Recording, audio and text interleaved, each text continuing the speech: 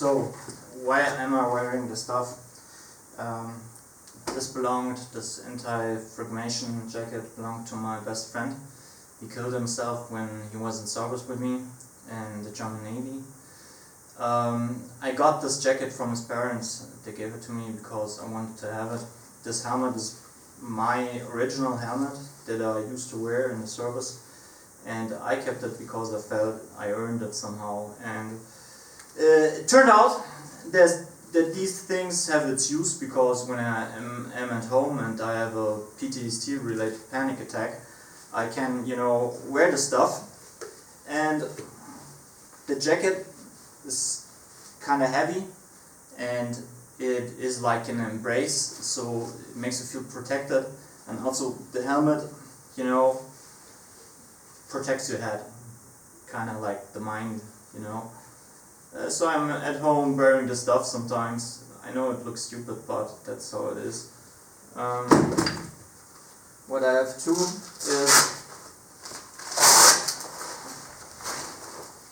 is my Nomex flight suit. I have this flight suit because, I burned myself in a gasoline fire when I was trying to repair my Mercedes car, and that's why when I'm working with cars, what I do regularly, I have this flight suit, and I like to wear it. It makes me feel protected as well, and I'm kind of more vorsichtig, wie sagt man? Ja, auch scheißegal.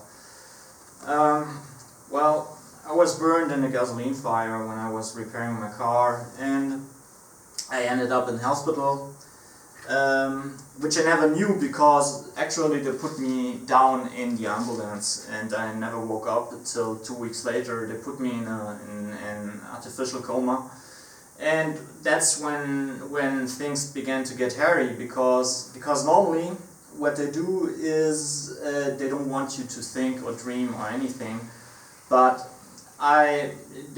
this didn't work with me. I woke up in a rundown factory, there was no ceiling. There was a tornado made out of fire, and it would burn me constantly, that lasted like a couple of lifetimes. Actually, it made me a little bit crazy. Time's very much different when you're in a coma. I woke up, and from then on, things didn't got better, because then I was in a semi-conscious state where it was basically I was hallucinating the whole time. I woke up, my vision was blurred, I had like an oxygen mask and 10 tubes in my body, and basically I was too stupid to notice what was going on, and so my mind made like kind of horrible fantasies out of it. First I imagined that I was like Luke Skywalker submerged in a water tank when he's treating his cold injuries on the planet Hoth, like this. And because my vision was so blurred, so I thought I was underwater. Of course, that's kind of illogical.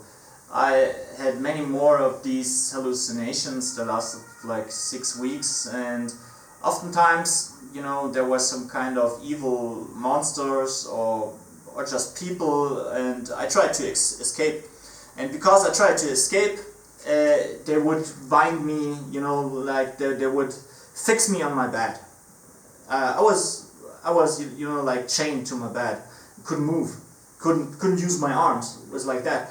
And sometimes I woke up in the morning and I was like fixated, and I was like, what is the word? I was afraid, basically, and I had to lay there like 3 hours till the next shift began, and so they would notice that actually I was like conscious. That lasted for 6 weeks, and then the rehabilitation phase began, and I was beginning to cope with the whole thing, and actually I noticed then that I was coping quite well, because being in hospital was easy. There was a lot of pain, and to get better as a burn victim, you basically have to fight all the time against the pain. And it turns out that I'm really good at this because I like to fight. I died a couple of times, or I was in the semi-state where I could decide where I wanted to go. So I saw the light, and it was very peaceful, and I felt myself drawn into into the light, and I felt that as soon as I would step over the border, I could leave all my pain behind and all my worries and stuff like that. But I didn't choose to do it because actually I wanted to fight. It was like I wanted to conquer. I wanted to climb that hill. I wanted to race my bike a little bit more. I wanted to get children, all that stuff.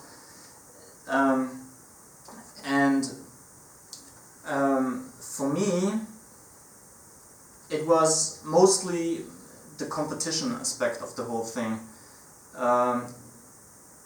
There's something about aggression what I like, about the architecture of aggression, because when you are aggressive, you can be very successful, because all you have to do is to repeat a stupid thing, and if you repeat it long enough, then automatically you will succeed. And it turns out I'm very stupid, so I'm very successful at this aggressive kind of finding solutions for problems.